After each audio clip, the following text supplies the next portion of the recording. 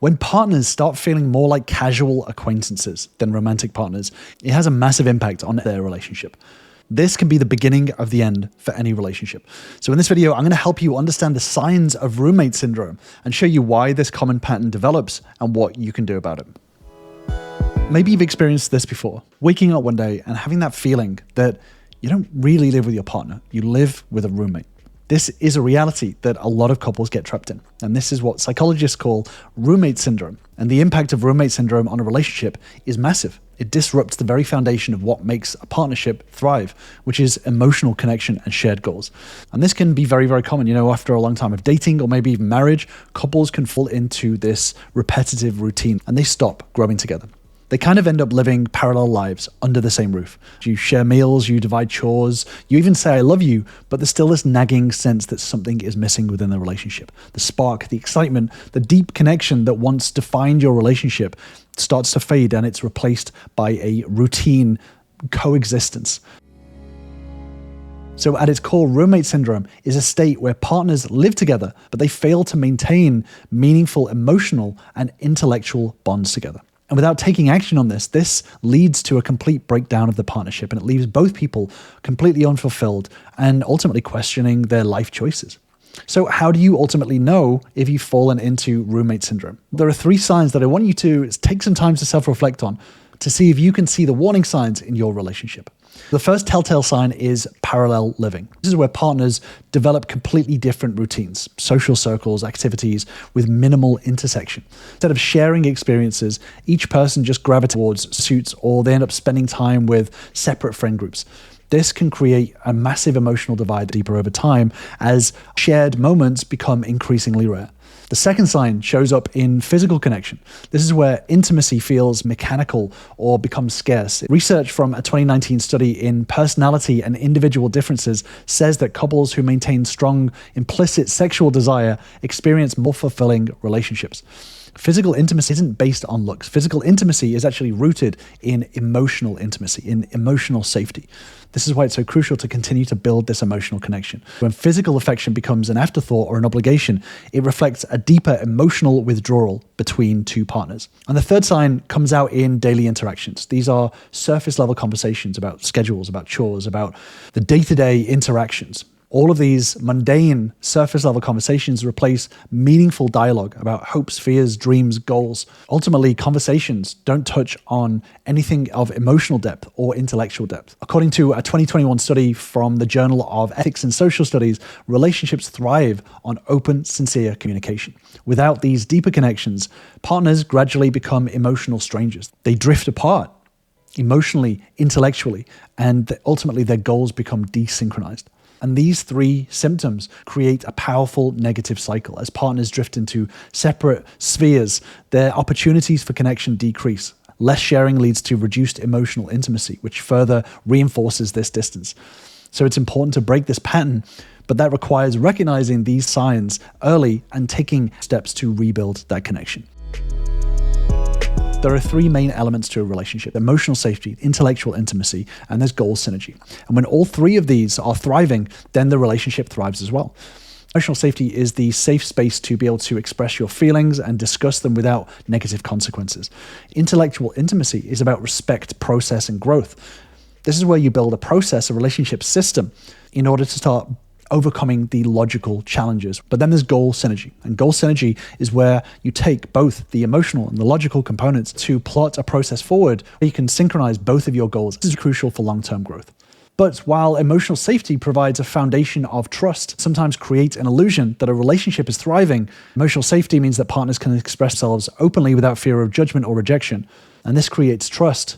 Couples with roommate syndrome can find themselves where this comfort becomes a substitute for development. So think about it as settling into a routine. This is predictable and safe, but it lacks forward momentum. And this is what psychologists call comfortable complacency. This is where partners stop challenging each other to grow.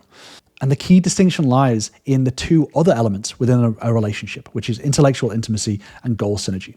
So intellectual intimacy develops through stimulating conversations that do challenge, but in a light way, both partners' perspectives and worldviews. And then goal synergy emerges after partners actively align their personal aspirations to create shared future goals. This transforms a stable relationship into a dynamic partnership where you can both grow as individuals, but synchronized with each other.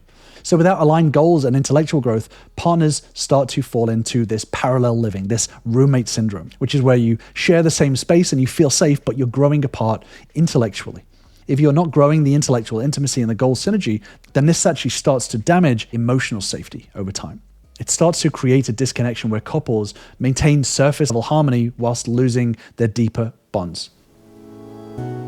And just before I move forward, if you do find this video helpful, then feel free to subscribe to my channel for new videos every single week. Breaking free from this roommate syndrome, this complacency, this requires intentional action. So you've got to use your emotional safety as a foundation to explore challenging topics, share ambitious dreams, and create joint objectives. There needs to be regular, crucial conversations that focus on personal and shared development. And this is what a lot of my members have found is identifying the areas in their relationship where they need to focus on these crucial conversations in order to overcome the disconnects within the relationship. So learn how to navigate these conversations so that you're able to synchronize both your partner's goals and your goals as well, and be able to stimulate and challenge in the right way without breaking emotional safety. So it's a very delicate dance, but it's a crucial dance in order to break out of this roommate syndrome. And if you do want to join the members, then join me on my free relationship bootcamp, where you'll learn the same steps and tools that all of my members have used to start turning their relationships around. Just click on the link in the description to grab your spot. So having these conversations helps to not only maintain the relationship, but it grows the relationship momentum and it prevents stagnation. Goal synergy transforms stagnant relationships into dynamic partnerships. So yes, a lot of couples focus on shared goals. Goal synergy takes this further by creating a structured approach to blending individual dreams with relationship aspirations. So a lot of couples struggle with goal synergy because they have different career paths, lifestyle preferences, or personal priorities. And these differences, these discords, often create emotional discords when partners feel unsupported or disconnected from each other's dreams. So the first step is to start by getting crystal clear about your own personal objectives. What drives you? What achievements would bring you genuine fulfillment? Understanding your core values and long-term vision helps you to communicate effectively with your partner and identify potential areas of synchronicity, of being able to develop a win-win between you both. And like I mentioned, it's crucial that you initiate meaningful discussions about your combined future. Pick a moment when you're both relaxed and focused, frame the conversation around strengthening your connection through shared purpose. And make sure that during this time, you're practicing good communication techniques, that you're coming across in the right way, and that you're validating your partner along the way. This is not you versus your partner. This is you and your partner versus the discord. So make sure that you're supporting and validating your partner's aspirations, even when they differ from yours. You're two different people, right? You're going to have different opinions, but this doesn't mean that because you have different opinions that you can't synchronize these two opinions together. Building validation builds trust, and it encourages honest conversations about future plans. Perfect alignment isn't the goal. Understanding and finding the common ground is what crucially matters. And then it's important to develop a concrete shared vision through practical steps. So make sure you're setting aside time each month to not only discuss goals, but also to put in place the action points, the things that you actively need to do in order to achieve those goals. So whether it's career growth, lifestyle choices, personal development, relationship milestones, creating an action plan that supports both you as an individual and your shared objectives together. This structure helps you to break down larger goals into manageable steps, and it means that you're more likely to achieve them together. This helps you to break out of this roommate syndrome and gives your relationship a purpose rather than just coexisting together. But it's important to understand that if you and your partner are stuck in roommate syndrome, when you try to raise this conversation, they may resist it at first. They may reject the idea of having this conversation. I've actually done a deeper dive video, which I'll link to on the screen. When you're trying to raise conversations that are actively trying to help the relationship and your partner, sometimes it can be rejected because your intentions could be misinterpreted. But the conversation still needs to be had. So if your partner does resist having this conversation, it's important to understand why and how to navigate that conversation instead. So I'm going to leave you with that video, and I will see you over there.